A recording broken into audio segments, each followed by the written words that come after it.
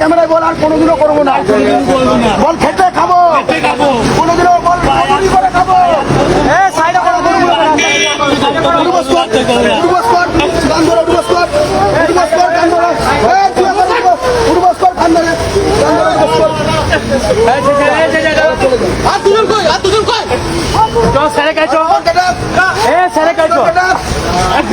হ্যাঁ করো না, এখন হ্যাঁ হ্যাঁ বেরোবে। কলকাতার ভাইটা এখন হয়তো রিসেন্টলি নির্দেশনা আসছে যে গরু কুরবানি দেওয়া যাবে না, কদিন পরে মসজিদে আজান দেওয়া যাবে না, কদিন পরে নামাজ পড়া যাবে না, কদিন পরে আরেকটা আসবে। এগুলো হচ্ছে ক্রমধারা। আমরা বুঝি যে এখন আমরা একটা ব্রিদিং স্পেস পাচ্ছি, সব কিছুর একটা সূচনা এখানে হয়েছিল, আর অনেক কিছু হইতে পারতো। প্রত্যেকটাই নানা প্রকারের ষড়যন্ত্রে বেড়া জেলা আমরা ভিকটিম হয়েছি, সামনে আরও ঘটছে। রিসেন্টলি আপনারা দেখতে পাচ্ছেন সীমান্ত হত্যা, তারা উপারে মেরে ক্ষান্ত হচ্ছে না, এপারে মানুষদেরকে হত্যা করছে। একটা হতাশার জায়গা থেকে আমরা বেশ ভালো একটা ট্রমাটাইজ পরিস্থিতি পার করছে লম্বা সময় জুড়ে। যে আমরা দেখছি ছোটোবেলা থেকে বাংলাদেশের বুদ্ধিজীবীদের আলোচনা শুনলেই মনে হয় যে এই অঞ্চলে কখনোই আমাদের পূর্বপুরুষরা কোনো নির্যাতিত হয় নাই।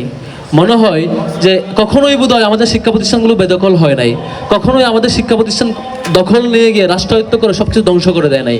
আমরা ভুলেই গেছিলাম এককালে কোনো একটা সময় আমাদের সকল প্রতিষ্ঠান বন্ধ করে দিয়ে জায়গা জমিন যা ছিল প্রতিষ্ঠানের সব রাষ্ট্রায়ত্ত করে এখানকার শিক্ষকদেরকে, স্কলারদেরকে নানা অভিযোগে অভিযুক্ত করে ফাঁসিতে ঝুলাইয়ে কাউকে আন্দামান দ্বীপে পাঠিয়ে দিয়ে পুরো ব্যবস্থাটাই ধ্বংস করে দিয়েছিল এবং তারা নতুন সিস্টেম আরোপিত করে চাপাই দিয়েছিল। এটা আমরা ভুলে গেছিলাম।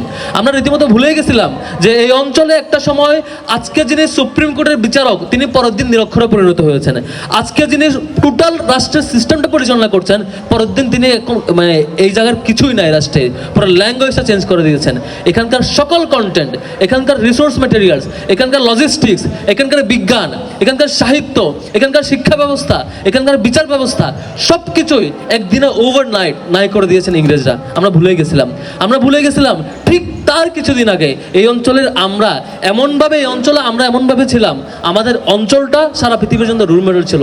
তারা ওপারে ইংরেজরা যখন ঠিকঠাক টয়লেট করতে জানতো না, কেমন করে পড়তে হবে জানতো না, কেমন করে বিজনেস করতে হবে জানতো না, তখন আমরা সভ্যতার একটা ভালো স্টেজে ছিলাম। আমরা এগুলো ভুলে গেছি, কেমন করে দখল করেছে আমরা ভুলে গেছি। সেই শোষক ইংরেজদের উপর ভর করে কারা জমিদার প্রথা চালু করেছে, কারা শুষে খেয়ে আমাদের পূর্ববর্তী পুরুষ আমাদের বাবাদের দাদাদের উপর জুলুম করতো, কারা দিন রাত টর্চার করতো।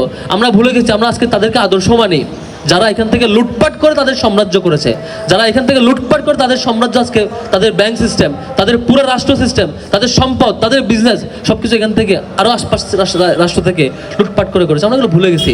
আমাদের বুদ্ধিজীবীরা ইতিহাস শুরুই করেন 71 দিয়ে।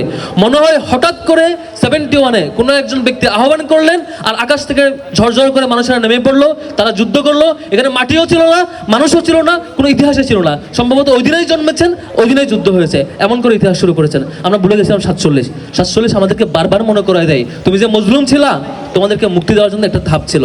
47 মনে করায় দেয় তোমার বাবারা যে সারা রাত পিটানো হইতো, অথবা গুম করে ফেলা হইতো, অথবা মেরে ফেলা হইতো, অথবা ভিকটিম বানানো হইতো, অথবা জমি কেড়ে নিয়ে সেই জমির উপর কর বসাইতো, তোমার বাবা বাধ্য হইতো যে সন্ধ্যাবেলায় টাকা দিতে, অথবা জমি কেড়ে নেওয়া হইতো।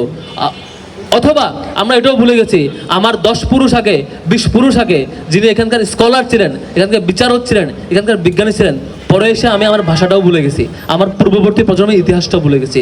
কেমন করে এগুলো হয়েছে আমরা ভুলে গেছি।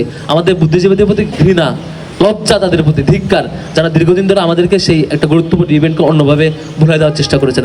আজকে আপনারা দেখছেন বাংলাদেশ এবং ভারত দুইটার মধ্যে যে পার্থক্য করেন, কলকাতার পার্থক্যটা আমরা বুঝি। আজকে একটু আগে আলোচক বলছেন একটা ব্রিদিং স্পেস পায়। আপনি দেখেন খুব ঠান্ডা মাথায় মসজিদে যেতে পারেন, নামাজ পড়ে আসেন। কলকাতার ভাইটা এখন হয়তো রিসেন্টলি নির্দেশনা আসছে যে গরু কুরবানি দেওয়া যাবে না, কদিন পরে মসজিদে আজান দেওয়া যাবে না, কদিন পরে নামাজ পড়া যাবে না, কদিন পরে আরেকটা আসবে। এগুলো হচ্ছে ক্রমধারা। আমরা বুঝি যে এখন আমরা একটা ব্রিদিং স্পেস পাচ্ছি, সব কিছুর একটা সূচনা এখানে হয়েছিল, আর অনেক কিছু হইতে পারতো। প্রত্যেকটাই নানা প্রকারের ষড়যন্ত্রে বেড়া জেলা আমরা ভিকটিম হয়েছি, সামনে আরও ঘটছে। রিসেন্টলি আপনারা দেখতে পাচ্ছেন সীমান্ত হত্যা, তারা ওপারে মেরে ক্ষান্ত হচ্ছে না, এপারে মানুষদেরকে হত্যা করছে। তারা ওই পারে দিন রাত এক করে হয়তো মারছে তাদের মতো করে মুসলিমদেরকে, তাদের শত্রু জ্ঞান করে যাদেরকে, এপারের বাঙালিদেরকেও, এপারের নাগরিকদেরকেও তারা নানাভাবে হত্যা করে। শুধু একদিন দুদিন না, পর্যায়ক্রমে চলছে। রাষ্ট্রের জায়গা থেকে আমরা যখন দেখি যে বছরের পর বছর অনেক চিন্তক প্রতিষ্ঠান বাংলাদেশে অবস্থান করছে, বিশ্ববিদ্যালয়ের নানা স্কলার, পিএইচডি হোল্ডার শিক্ষকরা আছেন, টিচাররা আছেন, গবেষকরা আছেন, তাদের এখানে আসলেই তারা চুপসে যায়, নীরব হয়ে যায়, তারা বিকিয়ে দেয় তাদের বিপক্ষে। আমাদের ডাকসুর জায়গা থেকে আজকের আয়োজনটা জাস্ট একটা নক করা, আমাদের সক্ষমতার ছোট্ট পরিসর থেকে আমরা লিমিটেড ক্যাপাসিটি দিয়ে ছোট্ট একটা আয়োজন করা। এই আয়োজন দিয়ে কিচ্ছুই হবে না। এই আয়োজন দিয়ে যে পরিমাণ, যে লেভেলের আমাদের ভিক্টিমাইজ হওয়ার যে চিত্রপট, যেই সিরিয়াস লেভেলে পৌঁছেছে, এটাকে অ্যাড্রেস করা দিয়ে এই আয়োজন একটা ধাক্কাও দিতে পারবে না, কিছুই হবে না। তখন পসিবল হবে যখন সারা দেশের প্রত্যেকটা পর্যায় থেকে বিশ্ববিদ্যালয়ের শিক্ষকেরা, রাজনীতিবিদেরা, গবেষকেরা, সাংবাদিকেরা, এলিট সোসাইটি, সকল পর্যায়ে মানুষেরা বলে উঠবে আমাদের অধিকার এই জায়গায় ছিল, আমরা এমন করে বঞ্চিত হয়েছি, এই জায়গায় আমাদের করণীয় আছে, এমন করে পরবর্তী প্রজন্মকে তৈরি করতে পারবো। একটা সময় যখন দেখবো গ্রামের কৃষকেরা জমিতে ধান লাগাতে লাগাতে বা ধান কাটতে কাটতে, কিংবা কোনো কৃষক পানি থেকে মাছ, নদী থেকে মাছ নিতে নিতে গল্প করতে করতে 47-এর গল্প বলবে, ইংরেজদের গল্প বলবে, শোষণের গল্প বলবে, তার বাচ্চাকে সে শেখাবে আমাদের সামনে বেড়ে ওঠার করণীয় কি। স্কুলের টিচারটা প্রাইমারি স্কুলে শেখাবে, বিশ্ববিদ্যালয়ের গবেষক তার শিক্ষা প্রতিষ্ঠানে শেখাবে, মধুর ক্যান্টিনের চায়ের আড্ডায় রাজনীতিবিদ শেখাবে, রাজনীতিবিদ বক্তারা মিছিলের স্লোগানে এটা নিয়ে সতর্ক করবে। তখন আমরা সফল হব।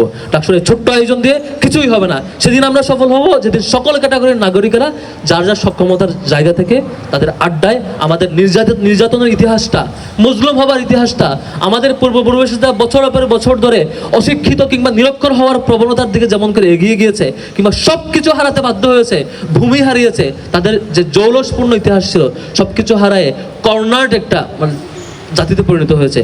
সবকিছু আমরা জানবো, আমাদের করণীয় জানতে পারবো, আমাদের আত্মপরিচয় বুঝতে পারবো, আমাদের আত্মগ্লানি যা আমাদের উপর চাপাই দেওয়া হয়েছে সব মুছে ফেলে দিয়ে আমাদের পূর্বপুরুষদের সেই ইতিহাস আমরা জানতে পারবো। তার পরবর্তীতে আমরা একটা সময় যখন দেখা যাবে আমরা শ্রেষ্ঠ জাতিতে পরিণত হব, তখনই আমরা সফল হব।